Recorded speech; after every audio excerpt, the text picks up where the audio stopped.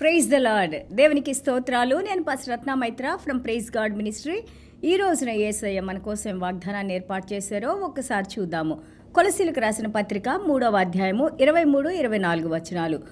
ప్రభు వలన స్వాస్థ్యమును ప్రతిఫలముగా పొందుదుమని ఎరుగుదురు కనుక మీరేమి చేసినను అది మనుషుల నిమిత్తము కాక ప్రభు నిమిత్తమని మనస్ఫూర్తిగా చేయుడి. మీరు ప్రభు అయిన క్రీస్తునకు దాసులై ఉన్నారు. దేవునికి స్తోత్రాలు. Colossians chapter 3 verses 23 and 24. And whatever you do it heartily as to the Lord and not to men, knowing that from the Lord you will receive the reward of the inheritance, for you serve the Lord Christ. దేవునికి స్తోత్రాలు. You serve the lord Christ. whatever you do, whatever services you give to people, think that you are doing for the Lord, because we are the servants of God. ఏ పని మనం చేసినా కానీ ప్రభువుకు మనం చేస్తున్నామనే అలాంటి భావంతో కృతజ్ఞత కలిగి ఇది దేవుని కార్యంగా మనం చేసినప్పుడు దేవుని యొద్ద నుండి మనకు స్వాస్థ్యం ఉందని, నిత్య జీవంలో పాలి భాగస్థులుగా మనం ఉంటామని, క్రీస్తు ప్రభువుకు ఉన్న సమస్తలో మనము కూడా పాలి భాగస్థులమని మరొకసారి కొలసీల పత్రిక ద్వారా మనకి దేవాది దేవుడు జ్ఞాపకాన్ని తెస్తూ ఉన్నారు. దేవునికి స్తోత్రాలు. సో ఇక్కడ దేవాది దేవుడు అన్న డూ అన్ టు గాడ్, దేవునికి చేసే విధంగా మీరు చేయండి. కొలసీలు 3వ అధ్యాయం మనం చూస్తూ ఉంటుంటే ఒక బార్న్ అగైన్ పర్సన్, మనము ప్రపంచానుసారంగా కాకుండా క్రీస్తులో జన్మించిన మనము ఏ విధంగా ఉండాలని అపోస్తలుడైన పౌలు గారు మనకి తెలియజేస్తూ ఉన్నారు. మన మైండ్ ఈ ప్రపంచం వైపు కాదు కానీ దేవుని వైపు చూసేవారుగా, ఎందుకంటే క్రీస్తులో మీరు దాగి ఉన్నారు. క్రీస్తులో మనము మన పాపాలకు చనిపోయాము, ఆయనతో పాటు మనం పునరుద్ధాన శక్తితో తిరిగి లేచాము. ఈ రోజున మనము క్రీస్తులో జీవించి ఉన్నామని, ఆయనలో మనం అంటగట్టబడితేనే మనం ఫలించే చెట్టుగా ఉంటాం కానీ ఆయన లేకుండా మనం ఏమీ చేయలేమని, ఈ విధంగా ఉండాలంటే మన హృదయంలో మార్పు రావాలని, ఆ హృదయ మార్పు ఎలాగుండాలంటే మనం పాతగా ఏదైతే మనం ఇంత ముందుగా చేసినవన్నీ కూడా దేవునికి వేరుగా ఉండి చేసిన పనులు మళ్ళా మనం చేస్తే అది చాలా తప్పు అని, నూతనంగా జన్మించిన వారు లేదా క్రీస్తులో ఉన్నవారు పరలోక రాజ్య బిడ్డగా, దేవుని బిడ్డగా, దేవుని వారసురాలుగా, వారసుడుగా ఏ విధంగా మనం జీవించాలో 3వ అధ్యాయంలో నేర్పిస్తూ ఉన్నారు. మరి ముఖ్యంగా మనం ఇక్కడ చూస్తుంటే 18 నుంచి చూస్తుంటే కుటుంబం గురించి మాట్లాడుతున్నారు. ఒక క్రైస్తవ కుటుంబం ఏ విధంగా ఉండాలని అంటున్నారు. భార్యలతో అంటున్నారు, wives submit your own husbands, మీ భర్తలకు, మీ సొంత భర్తలకు అని రాశారు. ఇక్కడ బహు జాగ్రత్తగా వినాలి మనము. మీ భర్తలకు మీరు లోబడి ఉండండి.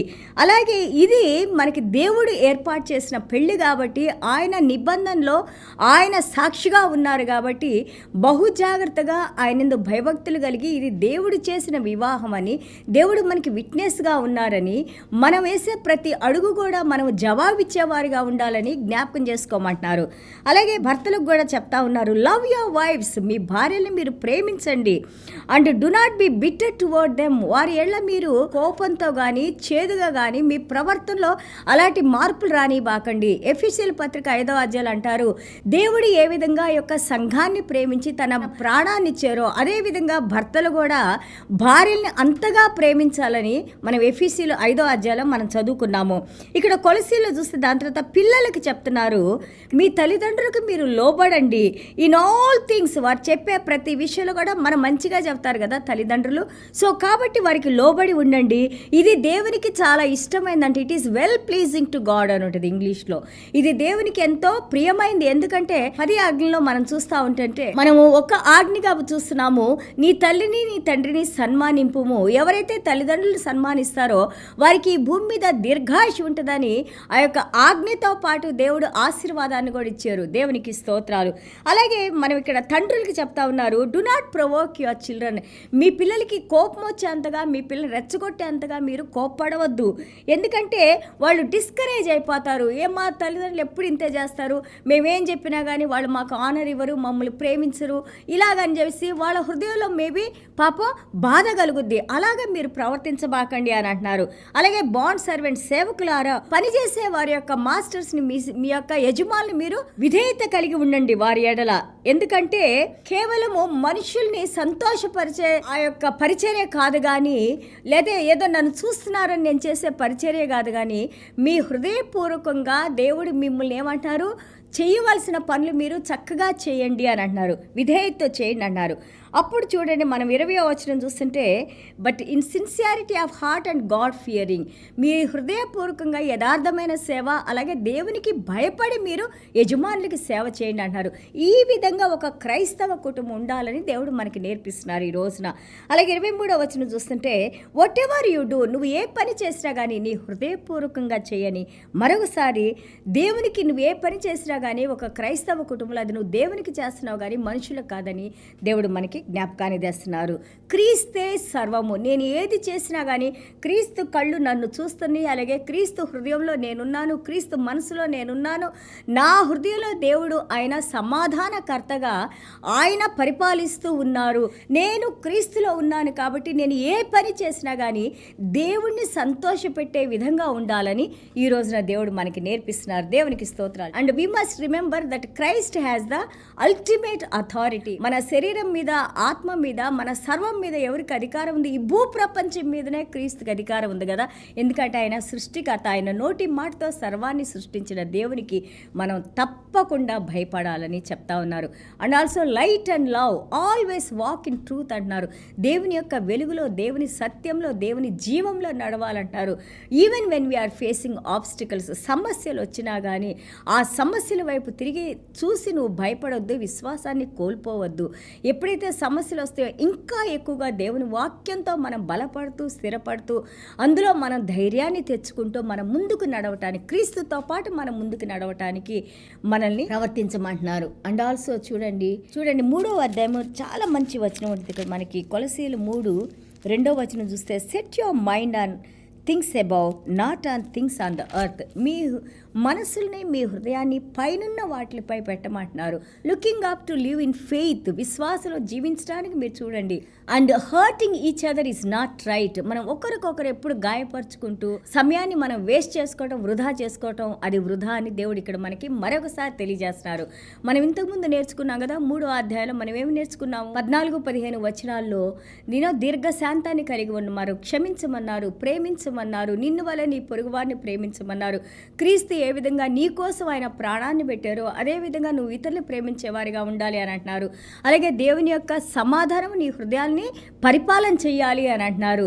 అండ్ దేని గురించి కూడా భయపడవద్దు. దేవుడు మనతో ఉన్నారు. దేవుడు మనతో ఉంటే మనకి వ్యతిరేకంగా ఎవరు రాగలుగుతారు?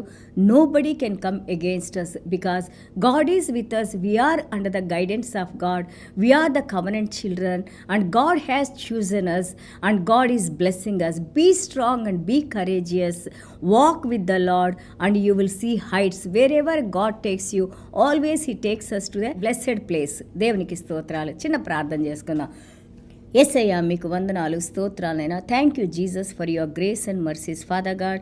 ఎస్ లార్డ్, కొలసీల్లో మీరు చెప్పినట్లుగా నాయనా ప్రభా క్రైస్తవ కుటుంబాలు ఏ విధంగా ఉండాలి నాయనా. ఇదిగో నాయనా ప్రభా, భార్యలకు మీరు చెప్పారు నాయనా, భర్తలకు విధేయత కలిగి వారిని ప్రేమించేవారిగా ఉండాలని. అలాగే భర్తలు మీరు హెచ్చరిస్తున్నారు నాయన, ఎందుకంటే వివాహంలో మీరు నాయనా ప్రభా ఒక సాక్షిగా ఉన్నారు నాయన. You made covenant with us lord father God. You are the witness for that covenant lord father God. And తండ్రి, భార్యాభర్తలు ఇద్దరు కూడా నాయన పిల్లల్ని చక్కగా పెంచుకుంటానికి నాయన, మీ వాక్యానుసారంగా జీవించడానికి నాయన. అలాగే సర్వెంట్స్ నాయన ప్రభా, ఇదిగో యజమానికి లోబడి ఉండాలన్నారు నాయన. ఇది కేవలం కళ్ళతో చేసేది కాదు, పైకి చూపించేది కాదు, హృదయపూర్వకంగా దేవునికి భయపడి మీరు విధేయత కలిగి ఉండండి అన్నారు నాయన. అవును నాయన, మీ మాటల్ని మేము పాటించినప్పుడు నాయన, మీ మాటల ప్రకారం మేము నడుచుకున్నప్పుడు నాయన ప్రభా, క్రీస్తులో ఏదైతే ఆశీర్వాదాలని నాయన, క్రీస్తు యొక్క మహిమను నాయన, క్రీస్తు యొక్క ప్రభావాల్ని నాయన, యేసయ్య యొక్క సర్వాన్ని నాయన ప్రభా మాలో తండ్రి ప్రభా మీరు దాన్ని మేనిఫెస్ట్ చేసిన దాన్ని మీరు చూపిస్తూ నాయన ప్రభా ఎంతోమంది నాయన ప్రభా క్రీస్తును తెలుసుకుంటానికి నాయన ప్రభా మీరు మా ద్వారా తండ్రి ప్రభా మహిమపరుచుకుంటారు. మీకు వందనాలు, స్తోత్రాలైనా ప్రభా. వాక్యాలు వింటున్న ప్రతి ఒక్క బిడ్డ కూడా నాయన ప్రభా తమ నిర్ణయాలు మార్చుకోనైనా, తమ హృదయాలను మార్చుకోనైనా మీ వైపు తిరిగి, ఇదిగో కొలసీలు 3:2 చెప్పినట్టుగా నాయన, మా చూపులు ప్రపంచం వైపు కాకుండా నాయన పైనున్న వాటి మీద మేము చూడటానికి నాయన, ముఖ్యంగా విశ్వాసం విశ్వాసులు మీతో నడవటానికి నాయన ప్రభా మీరు మాతో నడుస్తున్నప్పుడు నాయన ఇదిగో మైకా 2:13 మీరు చెప్పారు నాయన మా ముందున్న పర్వతాన్ని మీరు తొలగించిన ఆయన దాన్ని ఫ్లాటన్ చేసిన ఆయన చదును చేసిన ఆయన ప్రభా మాకు విజయాన్ని ఇచ్చే దేవుడు మీరు అని అన్నారు నాయన. మీరు మాతో ఉంటే ఇంకా మాకు భయం దేనికి నాయన ప్రభా. ఒకవేళ మాలో ఏదన్నా బలహీనతలు నాయన ప్రభా మేము పడిపోయి నాయన ప్రభా ఈ ప్రపంచానుసారంగా జీవిస్తూ నాయన ప్రభా కేవలం పైకి మేము నాయన ప్రభా క్రైస్తవులను చెప్పుకుంటూ నాయన లోపల కుళ్ళిపోతూ ఉంటే ప్రభా ఈ రోజున మీ పరిశుద్ధ రక్తంతో తండ్రి మమ్మల్ని శుద్ధీకరించుకోనైనా మమ్మల్ని తిరిగి లేపినాయన ప్రభా ఎంతో మందికి మేలు చేసే బిడ్డలుగా మమ్మల్ని దీవించినాయన. ఇదిగోనైనా మీలో ఉన్న వ్యక్తిత్వాన్ని మేము చూపించడానికి పరిశుద్ధాత్మదేవ మీరు మాకు సహాయం చేస్తున్నాయన. మమ్మల్ని మా కుటుంబాల్ని మాకున్న సమస్తాన్ని మీరు దీవించినాయన. మీరే మహిమ ఘనత ప్రభావాలు పొందుకోమని యేసయ్య దివ్యమైన నామములో తండ్రి ఆశీర్వదించి ప్రార్థన చేస్తున్నాం తండ్రి. Amen. God bless you all.